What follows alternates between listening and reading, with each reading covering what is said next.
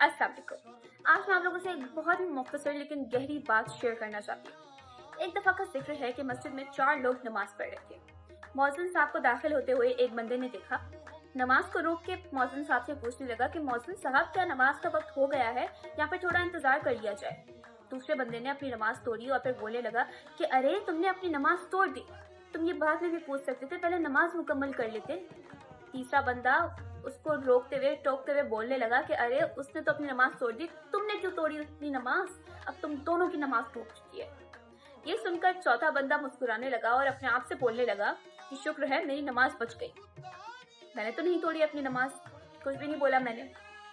اب اس واقعے کو سن کر آپ لوگوں کو کیا لگتا ہے کہ کس کی نماز ٹوٹی اور کس کی نماز بچ گئی؟ اپنی رائے دیجیے.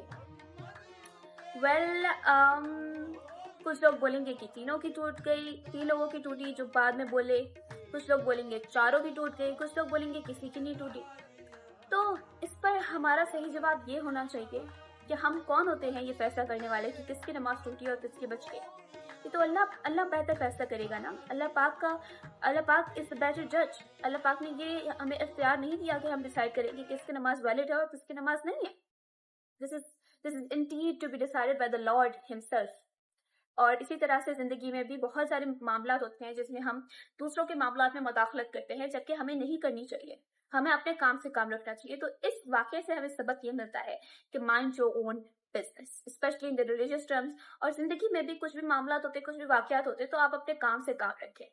یہ واقعہ انسپائرڈ ہے from the book, the novel 40 Rules of Love by Elif Shafak. See you. اللہ حافظ.